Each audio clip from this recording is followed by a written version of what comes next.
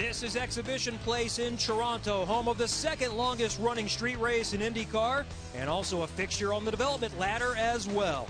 Welcome to the Mazda Road to Indy and our third quarterly highlight show of 2014, featuring USF 2000 and Pro Mazda, the first two steps on the Mazda Road to Indy. Along with Anders Krohn, a former Pro Mazda and Indy Lights driver, I'm Kevin Lee.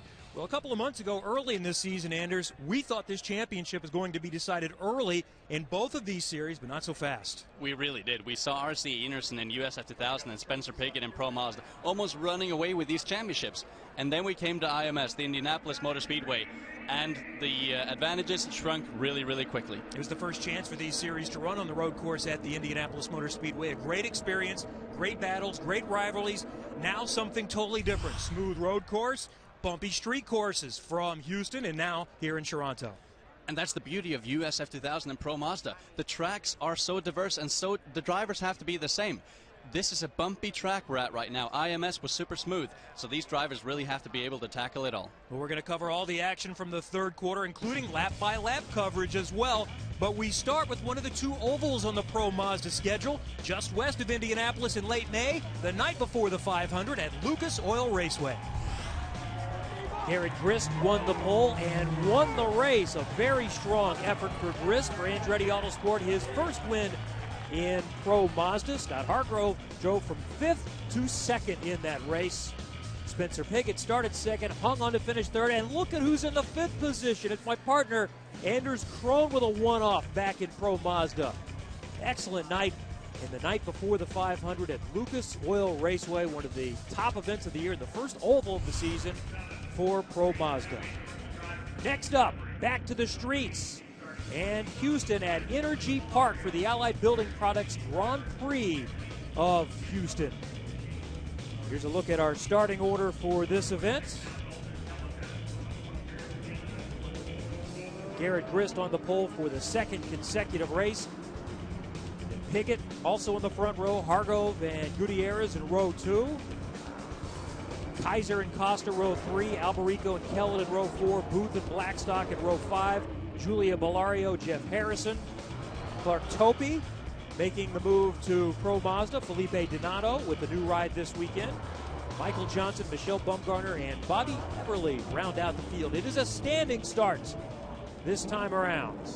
The lights go off, we get started.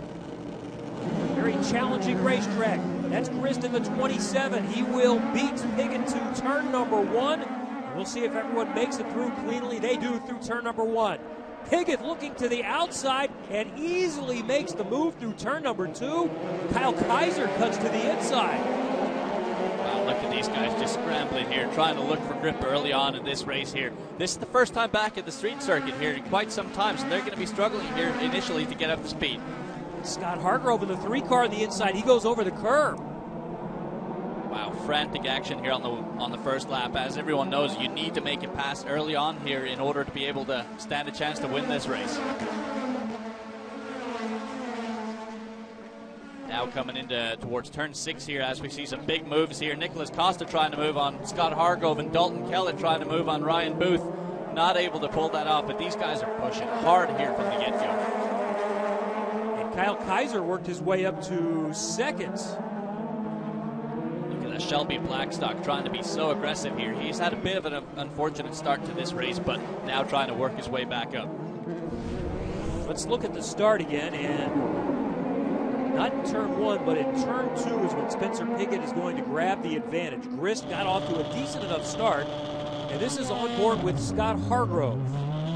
Hargrove just bogged down ever so slightly, and that's all you need there. He couldn't take advantage of any of the guys out front here, but still manages to retain 3rd. And as we see here, Spencer Pigot just broke a little deeper than Garrett and went around the outside. And Garrett's going to be kicking himself for that one because Spencer typically does not let go of the race lead once he's got it. That's turn number 2 at the start. That's how Pigot grabbed the lead. Kaiser went a little bit inside. He eventually ended up in the 2nd position. There's Grist back in 3rd.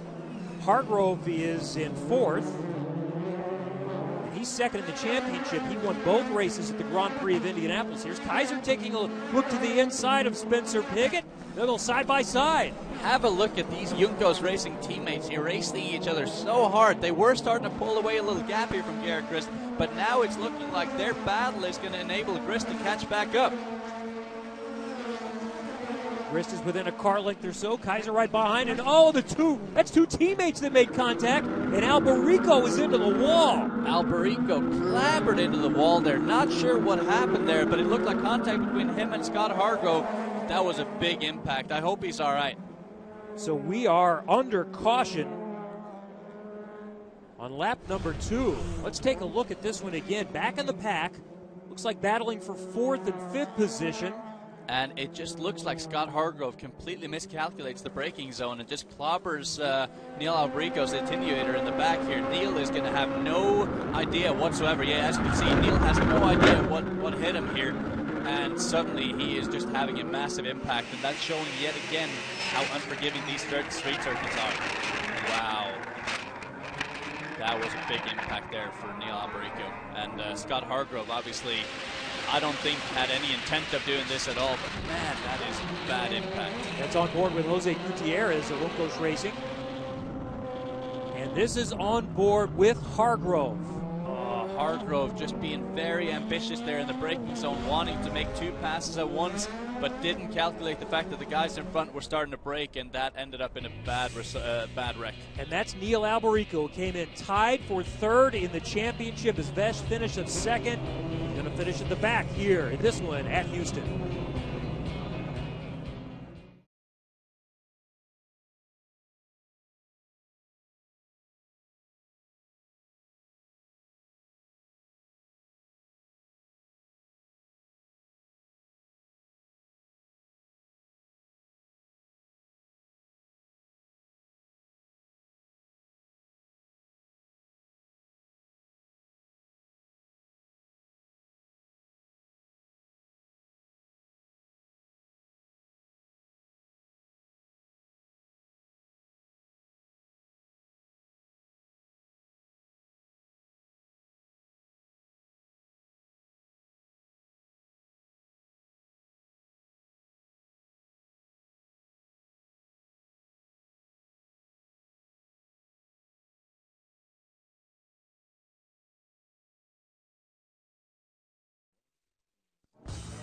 This is the Mazda Road to Indy. 3rd quarter highlight show, including lap-by-lap coverage of round 8 of the Pro Mazda Championship. With Anders Krone and Kevin Lee, thanks for joining us on NBCSN, the home of open wheel racing. Ready to restart in this Pro Mazda event. Lap number 6 after the early caution involving the 2 teammates. Scott Hargrove runs in the 5th position on this restart. Spencer Pigot is the leader in the green and white car. And here we go. As you see, it is going to be a timed race here today. What a jump from Spencer on the restart there. As we see some precipitation now on the cameras down here in turn 2. Things could get squirrely. Things could start happening here. But again, great restart from Spencer there. He did exactly what he had to do. Got a good jump going through turn 10 and made sure no one had a run down the front straight. Contact in the back, and one turns around. That's Felipe Donato for M1 Racing in his first Pro Mazda race after starting in USF 2000. It does look like he's going to be able to restart that car and get back on his way, and it doesn't look like he's got any damage. So lucky there to avoid getting hit by anyone. Let's see if we can tell what happened here. Oh, he got punted by Clark Topey there. Just an ever so slight punt on the left rear tire there, and he is around. Local caution.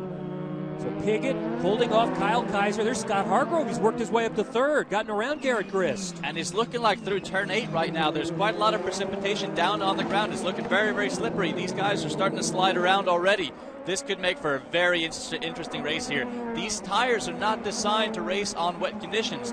Keep in mind, these are slick tires, completely bald tires, and Blackstock with a huge slide there. Good save for him, but that enables Dalton Keller to get up alongside, and he's going to go for a pass here. Right now, these drivers are driving so carefully. It's so tough here under these wet conditions to keep the car under control. On board with Shelby Blackstock. We'll see what he's dealing with as it's starting to get wet. That was a mighty save there from Shelby Blackstock. Oh, look at the Great rain. job. Yeah, this is a heavy rain. and we're told that it's raining hard in some sections of the track and not in others. This front section of the track actually looks fairly dry, but it looks like there may be more wetness on the back section of the track here as they're working their way through turn 5 right now. They're going to come in towards turn 6 where, look at the clouds, look at how dark that is. That could be very interesting. On board with Gutierrez, and he's working on Nicholas Costa in the 82 Pelfrey car. And here it is just totally soaked. And they're on slicks. This surface at this track has got to be just so tough. As you see, there's all sorts of concrete patches, concrete walls around you, asphalt. This is the toughest conditions these drivers will ever see in a race, and they are just handling it right now with caution. Hargrove about to pit here. Let's see if he puts on rain tires or what he is doing. You know, and you wonder about the incident earlier. It was involving teammates, but he clearly punted Neil Alberico, and we're told that's a drive-through. That's a drive-through penalty there for Scott Hargrove. That's going to make him fall all the way back to the back of the pack. That's a great shame for him and his championship run. Again, he is running second in the championship, but this is going to allow Spencer Pigot to jump out to a huge lead in the championship. Costa was trying to get around Ryan Booth in the 19 car. Booth short-circuited the corner there. We've seen a lot of that at this track. And I wonder if this is the time when some of these guys a little further back in the pack start thinking about putting rain tires on the car. It is now pouring it down here in turn 5. These guys are trying to stay in it, but man, this is tough conditions right here. This is up to the team's discretion. It's only the beginning of a race whether it's declared wet or dry. As we look at Grist being challenged by Costa, and another big wiggle there. That's Gutierrez working on Booth, and he's going to still try to force the issue, and there's contact. Look at these guys. They are just slipping and sliding. And as we have the yellows out here, now the racing will stop. And now is an ideal opportunity here to pit for wet tires. And we saw a car stop, but let's look ahead here. I mentioned Ryan Booth cutting through the corner there. Wow, look at that. That is Ryan Booth and Nicholas Costa going side by side there. And Booth actually doing the smart decision, which was to shortcut that chicane to make sure he didn't have contact with Costa. So heavy rain now. The yellow, we saw a stalled car. Might this be the time that we see a lot of takers coming down pit road to go to the Cooper Tire wets? We'll find out. And the restart is coming up. Pro Mazda from Houston. This is NBCSN.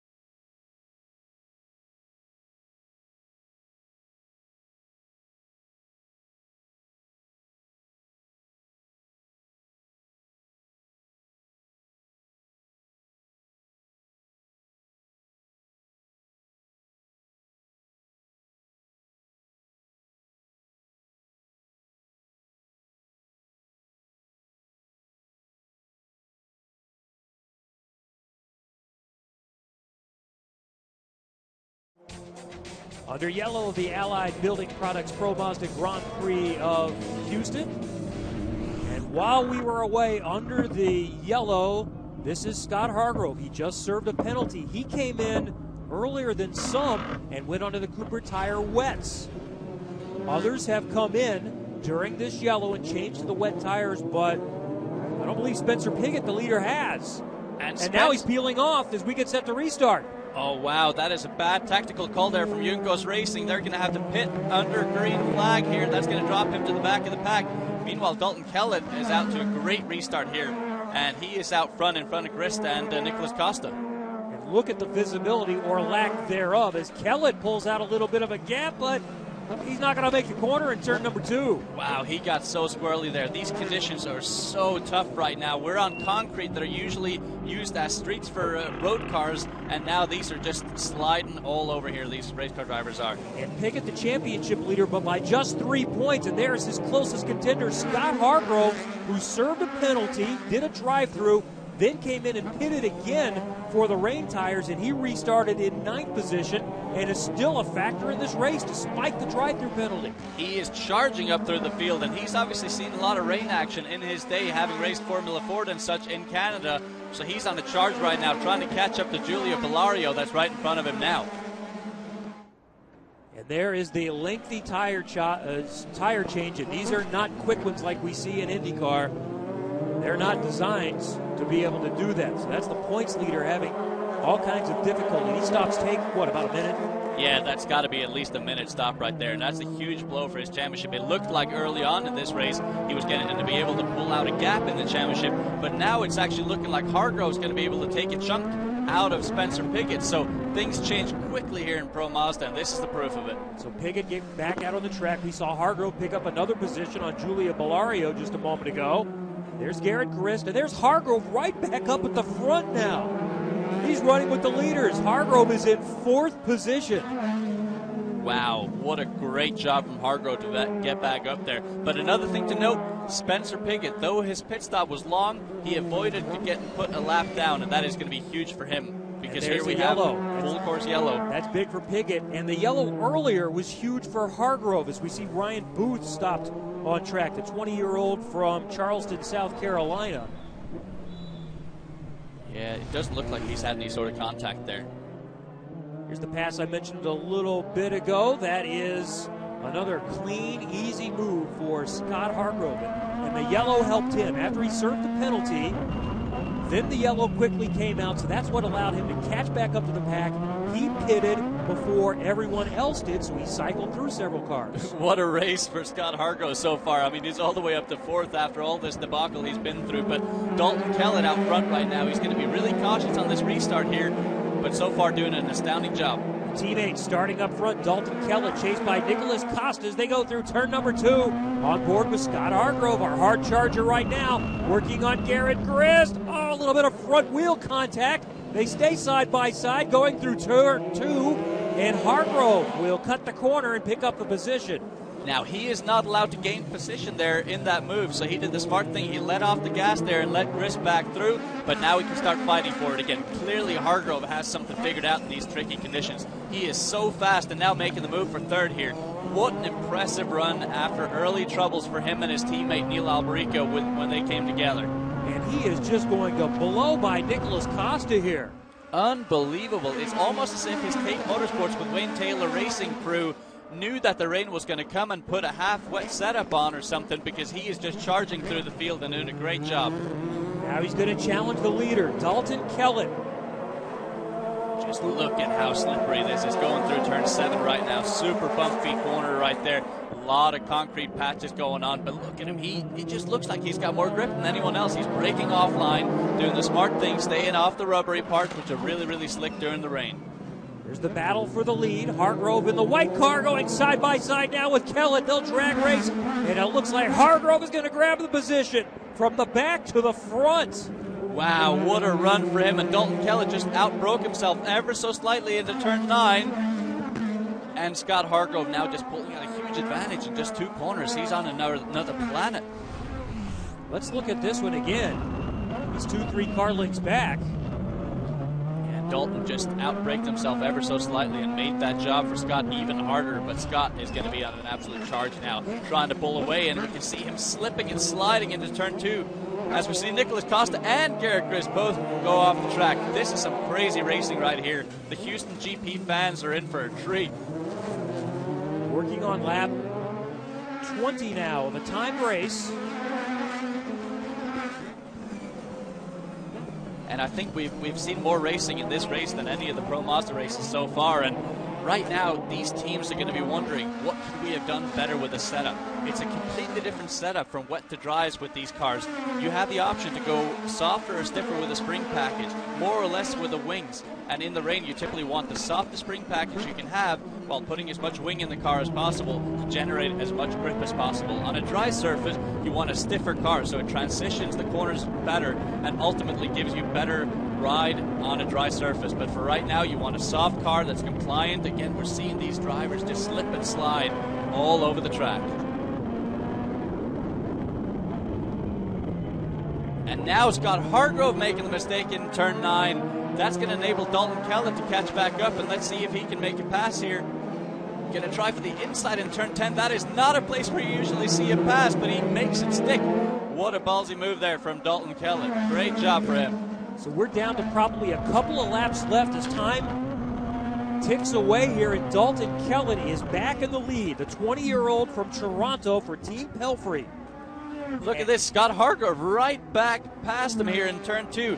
The racing we're seeing here is just simply incredible. Dalton going to try for yet another high-low there. Not going to be able to pull that off, but what we're seeing here is just amazing. So a pair of Canadians going at it here. Hargrove from Vancouver, he's just 19 years old. And then the two Team Pelfrey cars trying to hang on to the podium. This one's not done yet. And it looked like Scott just got a better run off turn 4 there. He's got the good run down the back straight, so it doesn't look like Dalton will be able to do anything with him here right now. And as you can see down the back straight, the visibility is close to zero as we see Julia Bellario there overtaking Garrett Gris. Great job from her as well. She's been sort of quiet throughout this race, but she's done a really, really good job. And she is a rookie to Pro Mazda and still doing a fantastic job. Bellario has worked her way up from 11th to 4th for Yukos Racing. And this is looking like her best run of the season, and it couldn't have come in any worse conditions. So if she can pull this off, this will give her great momentum heading into the second part of the season. Shelby Blackstock gets by his teammate Garrett Grist, who started on the pole, but the wet has not gone well for him. The wet has not gone well for Grist at all. I mean, he's dropped like a rock here, and there could be some mechanical issues, or it could just be the fact that he's not feeling comfortable right now. White flag is out one more time around for Scott Hargrove, who made contact with his teammate Neil Alberico early in the race, was penalized, a drive-through penalty, but a fortuitous caution, and then the wet have propelled him back up to the front, and he's got a chance to win. He is pushing hard here right now. As we see Nicholas Costa, Dalton Kellett's teammate, has got by Dalton and is charging hard after Scott right now. Dalton has fallen back just ever so slightly. But as we can see, look at Nicholas Costa pushing so hard. He's going to try to get his first Pro Mazda win, but Scott Hargrove doing a great job right now in holding off that pressure. Hargrove won twice at Indianapolis on the road course. He was second in both races at Barber. Also, the last race a month ago at Lucas Oil Raceway, and third at St. Pete. He's got a chance for his third win, but it's not done yet. Coming around. And if he wins this race, he's going to do a great job in diminishing the points lead by Spencer Pigot. He's going to catch him massively. But as we see, Nicholas Costa is one hungry Brazilian right now trying to catch up to Scott Hargrove. Hargrove will move in the front of the championship. One more corner to go here. Really tough corner in the wet, this turn 10. But it looks like Scott Hargrove has this under control. Checkered flag in the air. Scott Hargrove, a three-time winner this season in Pro Mazda, and he takes over the championship lead. Nicholas Costa comes home in second. Hargrove, the winner. Oh, big crash! And that's the third place runner. That's Dalton Kellett, and I think that's after the line. It is. That looks like that is after the checker flag right there. Huge wreck for him. So this is turn number 1. This is after the line. Oh, and it looks like he aquaplanes. He just comes through that turn 1, that little kink there, and aquaplanes ever so slightly, and he loses it. Let's watch on board. See if we can figure out if it's anything other than just the wet conditions. In all honesty, it looks like there's nothing he could have done there. The car just snapped loose from him, and when he tried to correct it, it went straight into the wall. He still gets credit for the podium, but it will be an expensive one. Scott Hargrove has won on the streets of Houston in Pro Mazda.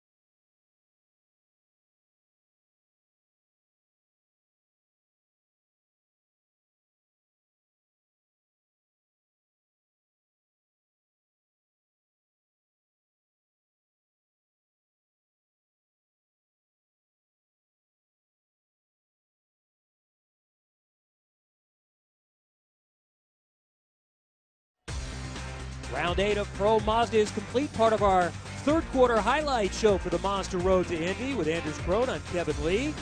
Scott Hargrove incurred an early penalty after contact with his teammate, went to the back and finishes in the front. Nicholas Costa, Dalton Kellett on the podium, and Julia Bellario, our Quartermaster Hard Charger Award from 11th to 4th, her best ever finish. Scott Hargrove, though, in victory lane for the third time. That was unbelievable. I mean, standing start in the dry, and then we go into yellow. Unfortunately, I hit my teammate and caused the yellow, so I gotta go and apologize to him. I feel really bad about that. I actually got a drive-through penalty because of it. Came in, took my drive-through penalty, went back out, came back in, got rain tires, went back out, and we were in like 10th, and then just picked them off one by one once the rain came. So that was unbelievable. One of probably the most chaotic race I've ever been in, and I'm just thrilled to get this Mazda Speed Analytics Systems car home first place, leading the championship now. So honestly, this could not have been a better race. Big day for the 19-year-old from Vancouver. Here's our replay XD move of the race, Anders. Look at that Dalton Kellett on the inside into turn 10. That is not a place where you usually see a move, but great move from him to go to the front. He had plenty of opportunities to choose a move of the race. And race number 2 was in the dry, and Spencer Pigot rebounded to get a win to retake the championship lead. And look at Neil Alberico here. Strong comeback after that big wreck yesterday. Great job for him and Shelby Blackstock in the podium as well. Also the fastest lap of the race for Alberico, went from 6th to 2nd. Let's hear from the winner, Spencer Pigot, for the 5th time this season. Feels great. I mean, we came here not the fastest car, nowhere even close to where we had been at the other tracks. We just kept working harder and harder, and yeah, a lot of misfortune yesterday. But, my guys worked super hard overnight and gave me another great car. Even with a bit of rear wing damage, we were able to keep the lead. So I couldn't be happier. Big thanks to everyone at Unicos Racing, Mocket, and all my sponsors. And Scott Hargrove was the leader going into that race, but he finished last after a first lap incident contact with Garrett Grist, so the advantage is 17 for Spencer Pigot. All right, 9 rounds complete in Pro Mazda. We'll catch you up on the third quarter of USF 2000 next.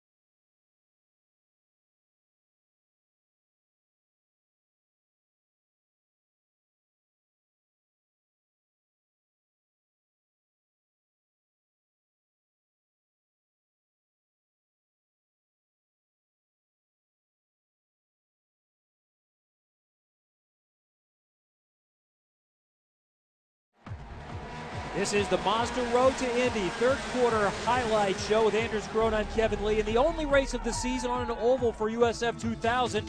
Aaron Thielen starts 6th and wins the race, his first in USF 2000, dominating at Lucas Oil Raceway the night before the Indianapolis 500. And Austin Cindric with a great result.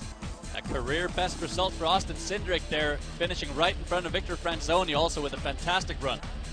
Florian Latour won the pole. He came home in 6th position. On to round number 8 after a 2-month hiatus. And this is on the streets of Toronto, the Allied Building Products Grand Prix of Toronto. Now, yesterday, we had significant weather issues, and that has truncated today's schedule. So it's a 25-minute timed race, and they will race twice on this Sunday. Florian Latour won the pole for the 2nd consecutive race, his 3rd straight weekend.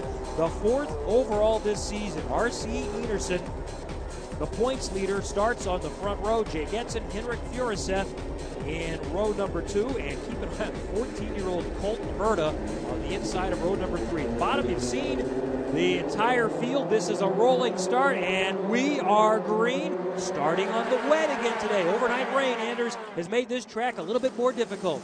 Yet another race with tricky conditions here, as we see all these guys are on wet tires right now, and the majority of the track is wet. However, we have an incident here. That looks like Jeroen Slaghecki, Nico Jamin, and Clark Topi involved there as well. Looks like most people are able to get away, but that is terminal for Jeroen Slaghecki. So an early incident, and Latour was able to maintain the advantage. Battling back there for the second position, though, we see Jake Edson getting through to seconds. Great job from Jake there. Made a move on the championship leader, R.C. Enerson, around the outside of turn 3. And that is going to bring out a yellow, so significant contact. There's Slaghecki. And there is Kevin Anders Sori. And Nico Jamin as well. 3 cars out very early in this race. And,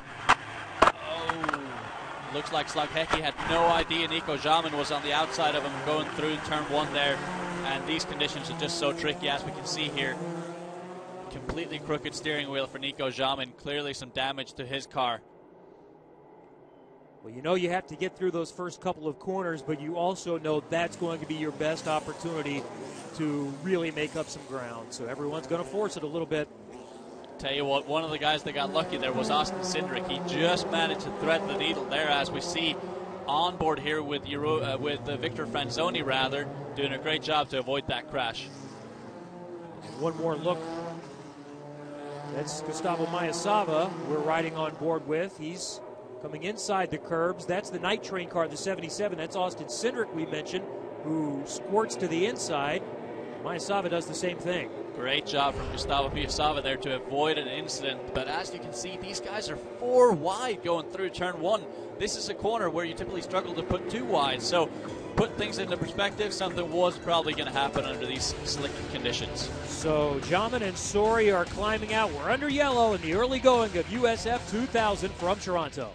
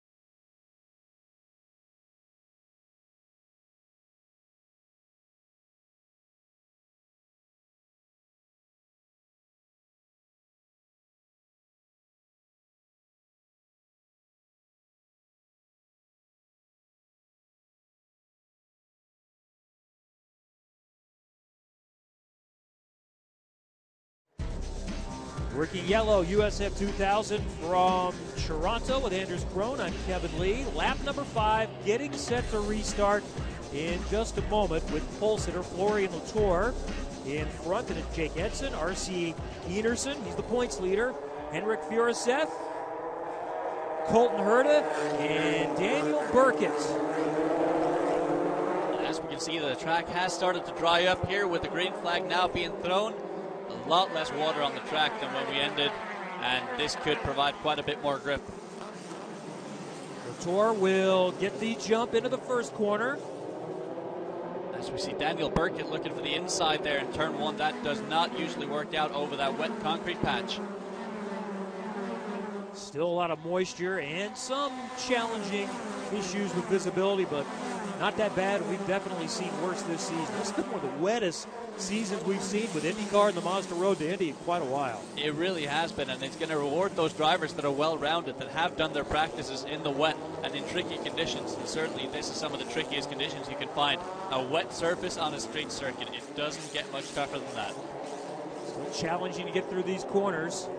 That was Victor Franzoni with a good pass on Adrian Starantino there. It looks like he's on a charge. Now he's going to start pressuring Aaron Telitz there as they go through turn 6.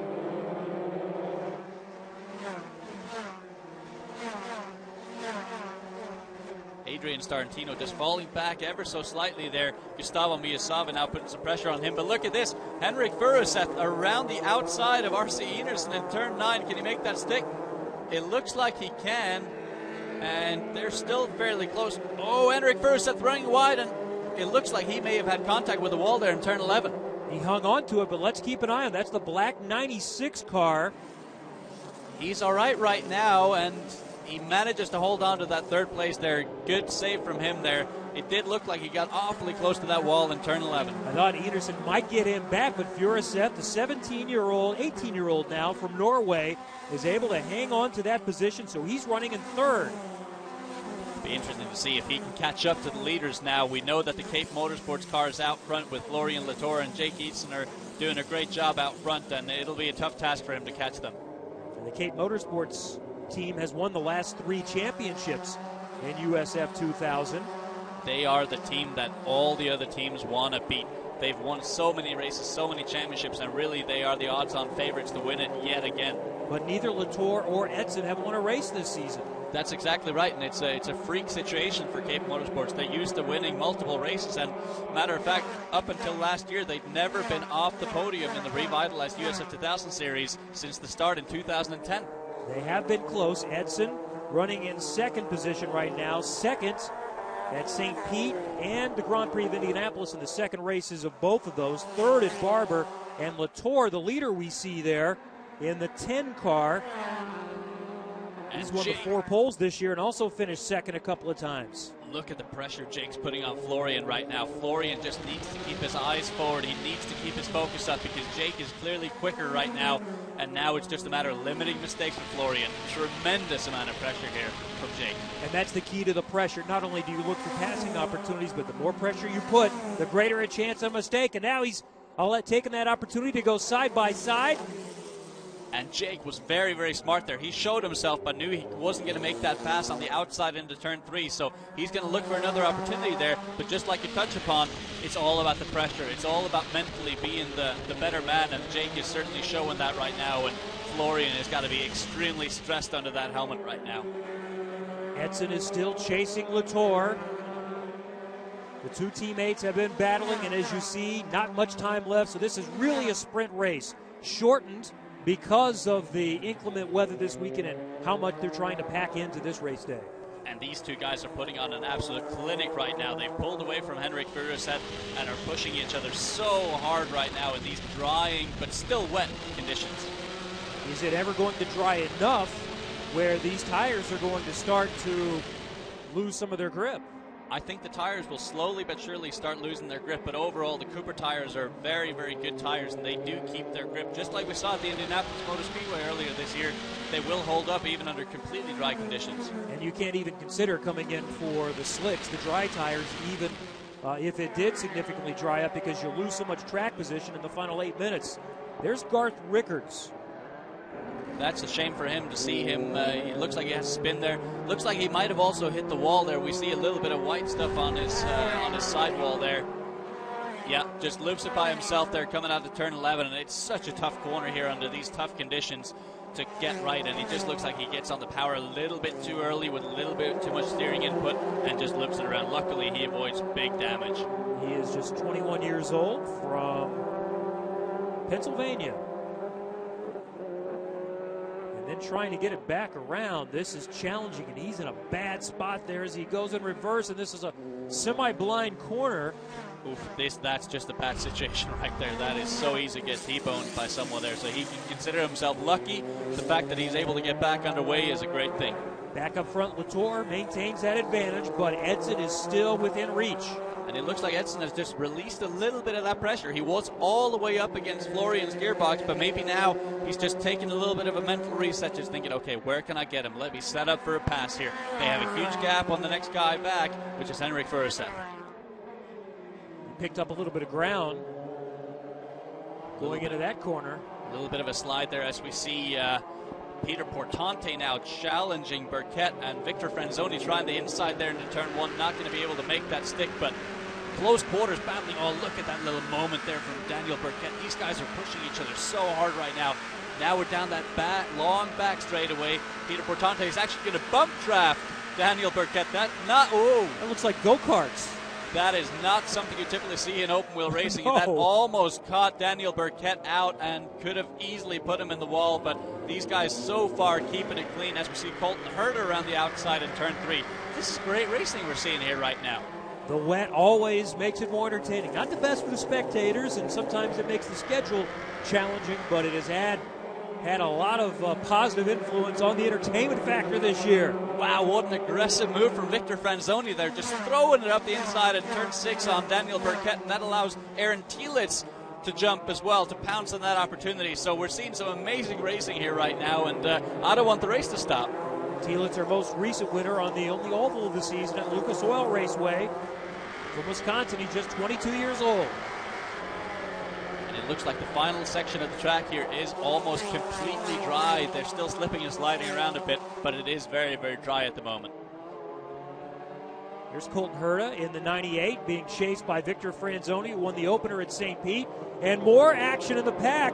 The 91, that's Starantino, who won at Indianapolis in one of the GP races. And look at that, Daniel Burkett in that as well. It looks like Daniel is in every battle here at Toronto today. This is his home country right here, so he is going to want to put on a good show for his home people. He's from Winnipeg. 4 top 5s this season for Daniel Burkett in the red Velarde Auto Racing car. And it looks like he is holding up Gustavo Miyazawa and Adrian Starantino ever so slightly. That's up front there, and it's still Florian Latour. He's stretched that advantage now into 2 or 3 car lengths. He has, and I didn't really see that coming. It might have been a situation where Jake Itson just abused his tires just a little bit too much in the early stages of the race, but now it looks like he's catching back up again, so this is just a chase right now. Well, we're getting close to the finish, so stay tuned. As you see, just 4.5 minutes remain here in USF 2000 from Toronto.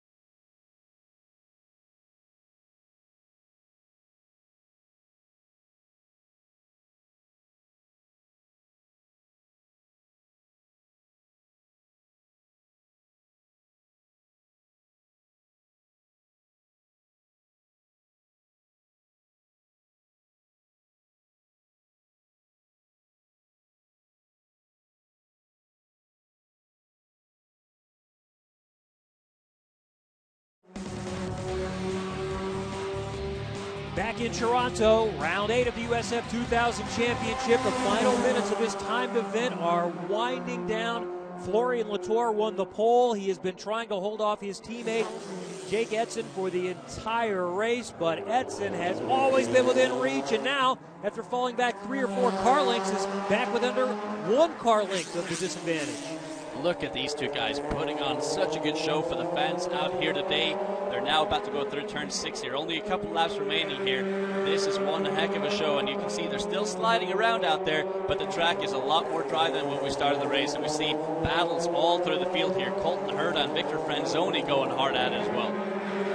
Racing has been good throughout, even though the leader has maintained the advantage throughout the race. This is for 5th position. Peter Portante in the 24 car there out front is leading the 14-year-old, running in 2nd position. That's Colton Herta.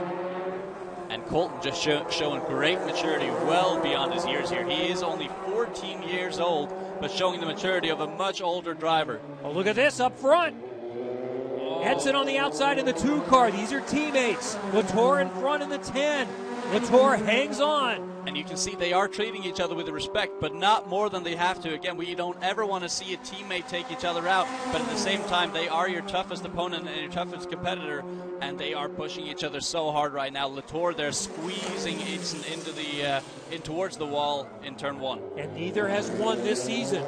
And this would be a groundbreaking victory for either of them right now, so they're going to be pushing each other all the way to the checkered flag. Edson recently turned 20. Latour is still a teenager, 18 years old, from France. And Latour made the trek over to the U.S. last year for the very first time through the USF 2000 Championship. This year moved up to Cape Motorsports, and he's been doing a great job ever since. He's ready to pounce. Back in the pack, Furisev. It looks like he's got some damage there. That car is crawling all over the track. He was lucky not to get hit by Burkett there, but he is slowing down. I wonder if that's because of the damage he sustained earlier in the race by hitting the wall in turn 11. We're staying green. Inside of 2 minutes. No white flag this time, so 2 laps to go. Oh, a little moment there from Florian Latour, and he goes straight on in turn 1. He's going to disappear there, but as you can see, luckily there is a drive pass there. But this is essentially handing the victory to Jake Edson there. Well, he's lucky there is a way to get out of there. Otherwise, he'd have to stop in many other courses, turn back around. So he comes back out in 2nd position. Now, that's no solace right now because he's thinking, I've just blown the race. He has indeed, and there's no way Jake Edson's going to throw this away at this point. So here we are on board with Florian Latour, just braking quite late, trying to defend, and then realizes, nope, not going to make that corner. Better take the loop around here, and yeah, he is very lucky indeed that there is a drive-through. Well, that's what we've talked about. Edson has been trying to put pressure on Latour, make him work hard, make him hit his marks, and he made the mistake. And finally, the pressure was too much, and Florian made a mistake, and Jake is capitalizing on that big time now. He's en route to win his first USF 2000 race ever, and he stepped up from the F1600 Championship Series last year, where he won the championship and has done all the right moves. He's been consistent, he's done a great job, and here he is en route towards his first USF 2000 victory in the streets of Toronto, an absolutely legendary track. So he's got about, looks like maybe a 50 to 100 yard advantage now at this point on his teammates, so no mistakes. That's all Jake Edson is thinking about. And one more time around the streets of Toronto here at Exhibition Place for Jake Edson. And he's just got to keep his head cool here. He's just got to limit his mistakes. No mistakes on this final lap, whereas Florian Latour at this point in time is going to be kicking himself. That was such a bad mistake from his part. He was leading this race the entire race long until 2 laps to go and then made that mistake, and there's no way he's going to be able to catch back up to Jake Edson and challenging him here on that final lap. Pressure. That's what Edson has been applying all race long, and Latour finally cracked, and Edson is there to pounce. And it is going to pay off big time for Jake Edson here as he navigates turn 4, about to head into turn 5 here, almost a completely dry surface here. He's on the completely dry line. He's going to weave into turn 6 here, long right-hander, long duration corner. And now going to stretch his legs on the back straight, and with only a few corners to go, I don't see him making a mistake here. And now you're listening to every noise within the car. Let's don't have any mechanical issues at this point. No driver issues. He can gingerly move this car around this 11-turn, 1.75-mile course. And Jake Edson is just about home. Checkered flag in the air, the right hand waving, and Jake Edson is a winner in USF 2000, winning on the streets of Toronto. What a huge win for him and Cape Motorsports. This is their first win of the year as a team, and Jake Edson's first win as a USF 2000 driver, and he's just got to be ecstatic. Impressive drive, and Cape Motorsports finishes 1-2. The three-time defending champions. Here are the final results. Peter Portante with his best finish, and R.C. Enerson gets up to third. Important for him, and also our Tilton Hard Charger Award goes to Juan Maldonado, improved 8 spots from 21st to 13th. Entertaining racing at Toronto, and let's hear from the winner. It wasn't as bad as I thought it was going to be. When we did a track walk this morning, it was really slippery, so I thought that the conditions were going to be a lot worse. But when we went out there, I saw it was starting to dry, so I'm like, all right, this could be a pretty good race, and it was. I mean, I finished second and third a lot this season, so it's a great feeling to finally finish on top. I knew I was just as fast as Florian, and there's a few times I got a pretty good run on him going into 2 and then 1. And I just knew I had to put enough pressure on him that, he'd either make a mistake or I would, get around him sooner or later. But, he put up a good fight, and, yeah, I mean, it was good, clean racing. And some good passing throughout the race. Our Replay XD moving the race, Anders. Aaron Telitz, they're making the move on Victor Franzoni on the outside of turn 3, going into the braking zone here. Great move for him. And there was another race on Sunday in Toronto, and this time Florian Latour got it done to get his first win to a clean sweep of the day for Cape Motorsports with Wayne Taylor Racing. Here are the results for race number 2. And Jake Edson second. So a first and a second, and Aaron Telitz also on the podium. Great job also from Victor Franzoni and Clark Topi with top 5 finishes, whereas R.C. Enerson with gearbox issues had to retire from the race and loses very valuable points in the championship. So a great weekend for Cape Motorsports. Wayne Taylor Racing, Florian Latour, and Jake Edson swapped the top spots on the podium throughout the weekend. And here's how the championship looks now. Latour now is in front. His teammate Edson is second, and R.C. Enerson falls to third. What a huge drop for R.C. Enerson right there. He has lost valuable ground as we see Aaron Telitz now getting ever closer to the top 3 as well. So we're headed down the home stretch. Pro Mazda races at Mid-Ohio, Milwaukee, and Sonoma. USF 2000 at Mid-Ohio and Sonoma to finish up 2014. Thank you for joining us. For Anders Krohn, I'm Kevin Lee. This is the Mazda Road to Indy on NBC SN.